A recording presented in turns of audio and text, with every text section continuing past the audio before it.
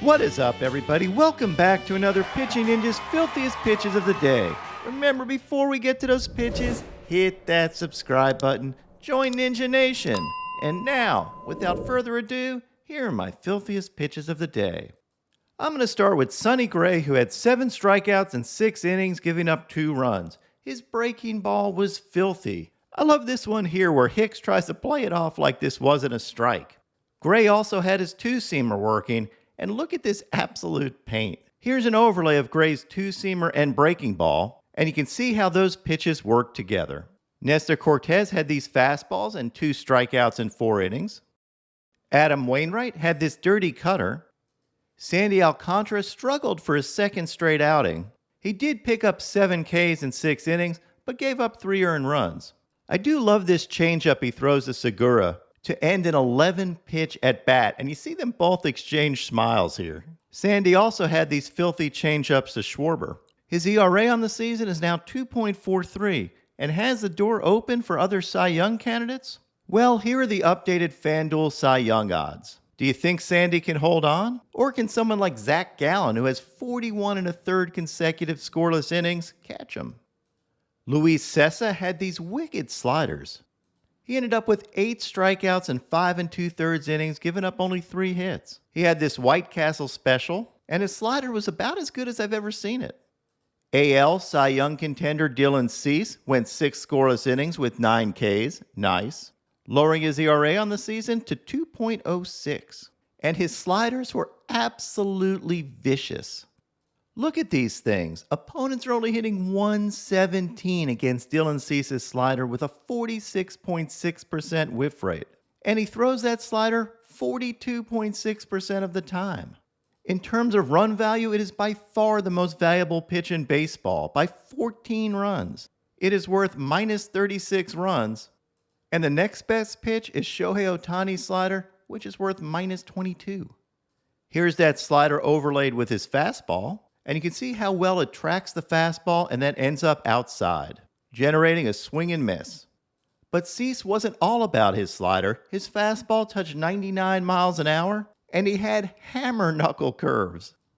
Here's Dylan Cease throwing an elevated fastball way out of the zone, and then following it up with a knuckle curve that he gets a backwards K on. And this overlay shows you why you would give up on that curveball. It tracks with that fastball that was way out of the zone and comes bending back down for a strike. Here's another overlay that shows you why Stephen Vogt would swing at this elevated fastball. He K'd on a curveball earlier in the game, so when he saw this elevated fastball, he thought it might be another curveball, and he ends up swinging at a pitch way out of the zone. Just brilliant tunneling and sequencing by Cease. Can Dylan Cease win the Cy Young over Justin Verlander? Here are the updated FanDuel odds for AL Cy Young Award. But my filthiest pitcher of the day was Corbin Burnes. Corbin Burnes had 14 strikeouts in 8 innings, giving up only 3 hits. He had incredible precision with his cutter, and he wasn't just about his cutter. He had his slider working, had this White Castle special with 2 swords, and here's his slider and cutter overlaid. You can see Burnes' incredible command.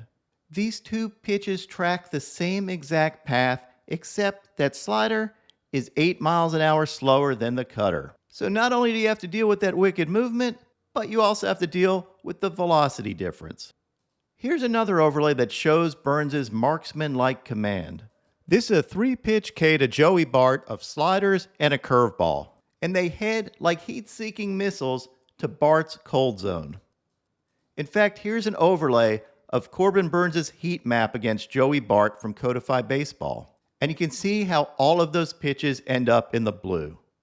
And Burnes wasn't just about his cutter and slider. He had a dirty curveball and this filthy changeup.